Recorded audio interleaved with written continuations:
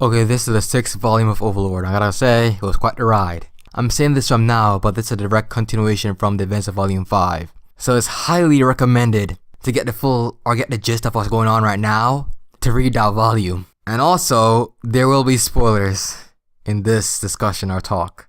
The entirety of the volume can be summed up like this, right? Within the kingdom, there's this underground syndicate that goes by the name of 8 Fingers. And of course, they will have a massive amount of wealth and power within the kingdom. Each quote-unquote finger, right? They're responsible for something. One specific person I know is responsible for drugs. And the others are responsible for slaves and sex trafficking.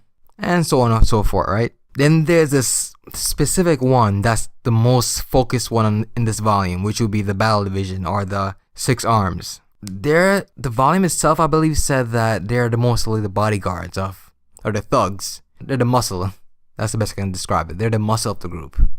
And let me tell you, these people think they're the shit. And I'll be honest, the kingdom had to mobilize an adamant class adventure group to detain them. Think about it, adamant class. That's literally the highest tier in the adventure guild. And not many people attain that rank. So within this world, these 8 fingers are strong.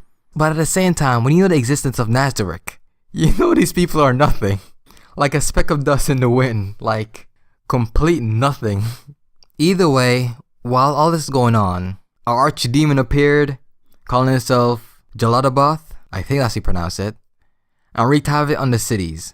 By doing this, he basically summoned hordes of demons to wreak havoc, leaving the kingdom to summon their great hero, our bro, Mamon, aka Ainzogol, aka Momonga. Like, so much happened in this volume, from Ain summoning Sebas to question him about his alleged betrayal, to the battle between the Battle Maid and the 3 adamant class adventurers.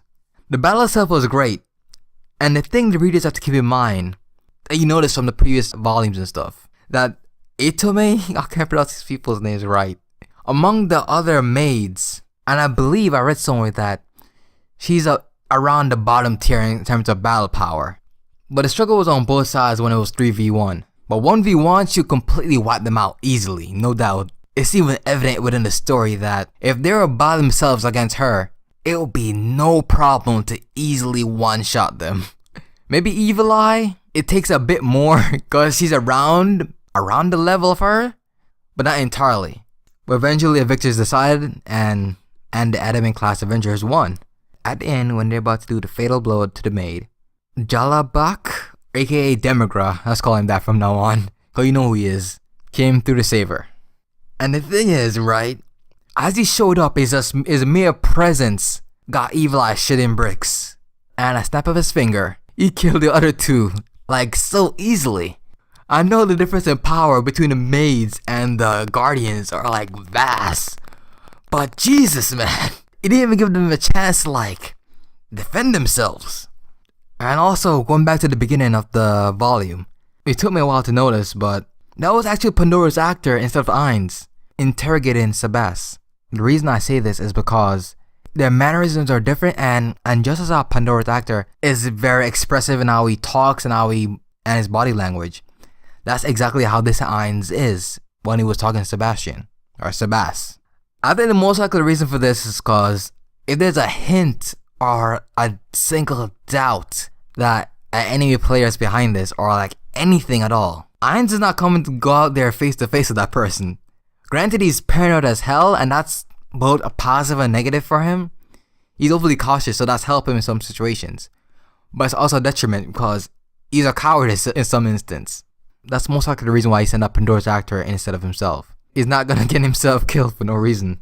And after Sebastian himself was forgiven for his quote-unquote crimes of saving that girl, which is basically gonna be his new wife endgame, really, if you think about it. Now that he's forgiven by his great Lord Ainz, he's pissed. He's pissed that these people hurt his girl and made his lord displeased. So he's pissed. He just went in there and just killed the leader of the 6 Arms. And the thing with Nazarick is we know that Ainz is looking for a way to get money. And he knows that there's a possibility to convert over this new world's money to his world's money. And the 8 Fingers, the best place to get it. So the thing is, while all this was going on, some of the guardians, along with some of their subordinates, went around to each of these organizations' hideouts or warehouses and just cleaned the places out. Money, items, everything just cleaned out. And unfortunately, one of these 8 fingers got captured by a little old mare. From how they described her and what they said, I think, she was a high-class prostitute. So, she thought she could work a little magic on Mare. But all Mare did was whack her on the head with her staff. She's on the ground, all in pain and agony. And Mare just grabbed her by her hair and just pulled her away. Like nothing. Plus, you know she's gonna be tortured when she gets back to Nazarick. Within Nazarick, if you're not from there or created by someone from the Supreme Beings, you're nothing. You're literally nothing to them. And in the epilogue, you find out she did get tortured. And she ratted out the location of where the other members are. And so, yep, they're screwed too. So, there's that. Oh yeah, the initial meeting between Momonga and Evil Eye.